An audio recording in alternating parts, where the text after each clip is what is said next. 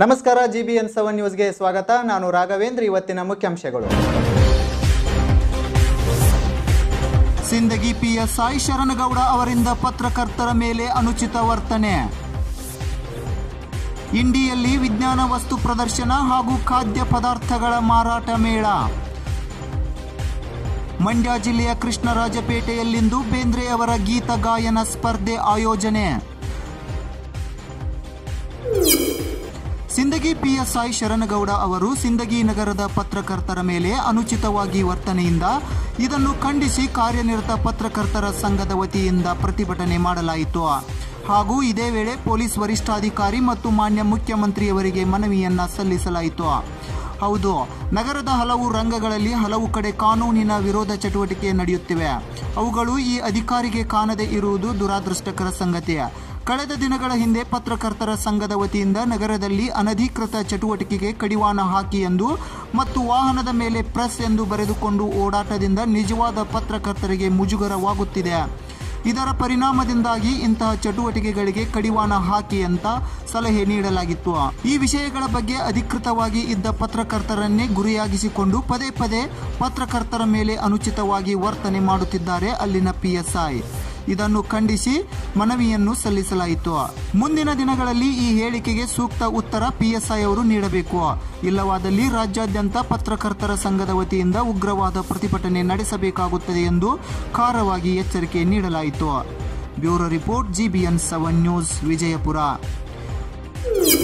India ಚಡಚಣದ ಸಮೀಪದ ಧೂಳಖೇಡ ಗ್ರಾಮದ ಶ್ರೀ ಕಮಲಾ ಪಬ್ಲಿಕ್ ಶಾಲೆಯಲ್ಲಿ ವಿದ್ಯಾರ್ಥಿಗಳಿಗಾಗಿ ವಿಜ್ಞಾನ ವಸ್ತು ಪ್ರದರ್ಶನ ಹಾಗೂ ಖಾದ್ಯ ಪದಾರ್ಥಗಳ ಮಾರಾಟ ಮೇಳ ಆಯೋಜನೆ ಮಾಡಲಾಗಿತ್ತು. ಈ ಕಾರ್ಯಕ್ರಮವನ್ನು ಡಾಕ್ಟರ್ MR ಮಠ ಅವರು ಉದ್ಘಾಟಿಸಿದರು. ಈ ವಿಜ್ಞಾನ ವಸ್ತು ಪ್ರದರ್ಶನ ಹಾಗೂ ಖಾದ್ಯ ಪದಾರ್ಥಗಳ ಮಾರಾಟ ಮೇಳ ಕಾರ್ಯಕ್ರಮದಲ್ಲಿ ಭರ್ಜರಿಯಾಗಿ ನಡೆಯಿತು. ವಿದ್ಯಾರ್ಥಿಗಳು ತಾವು ತಯಾರಿಸಿದ ಕೃಷಿ ಕಾರ್ಯಕ್ಕೆ ಕಂಡು ಹಿಡಿದ ಯಂತ್ರಗಳ ಬಗ್ಗೆ ಮಾಹಿತಿ ನೀಡಿದರು. ಈ ಕಾರ್ಯಕ್ರಮ ನೋಡಲು ಸುತ್ತಮುತ್ತಲಿನ ಶಾಲೆಯ ನೂರಾರು ಮಕ್ಕಳು, ಶಿಕ್ಷಕರು ಮತ್ತು ಪಾಲಕರು ಆಗಮಿಸಿದ್ರು. ಬ್ಯೂರೋ ರಿಪೋರ್ಟ್ GBN7 ನ್ಯೂಸ್, ಇಂಡಿ.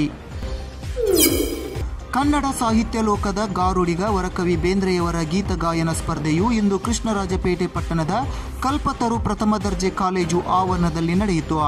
ಉತ್ತರ ಕರ್ನಾಟಕದ ಜನಸಾಮಾನ್ಯರ ಆಡು ಭಾಷೆಯ ಪದಗಳನ್ನು ತಮ್ಮ ಕವನಗಳಲ್ಲಿ ಸಾಲು ಸಾಲಾಗಿ ಒಪ್ಪವಾಗಿ ಜೋಡಿಸಿ ಕನ್ನಡಿಗರಿಗೆ ಪರಿಚಯಿಸಿಕೊಟ್ಟ ಬೇಂದ್ರೆ ಅವರ ಬದುಕು, ಬರಹ ಮತ್ತು ಸರಳವಾದ ಜೀವನ ಶೈಲಿಯು ಎಲ್ಲರಿಗೂ ಮಾದರಿಯಾಗಿದೆ ಎಂದು ವಿಶ್ರಾಂತ ಪ್ರಾಂಶುಪಾಲ C ಕುಮಾರಸ್ವಾಮಿ ಕೊಂಡಾಡಿದ್ರು.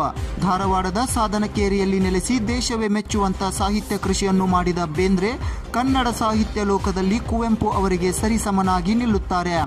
ಬೇಂದ್ರೆ ಅವರ ಕವನಗಳು ನಮ್ಮ ವಾಸ್ತವ್ಯ ಜೀವನದ ಕೈಗನ್ನಡಿಯಂತಿವೆ.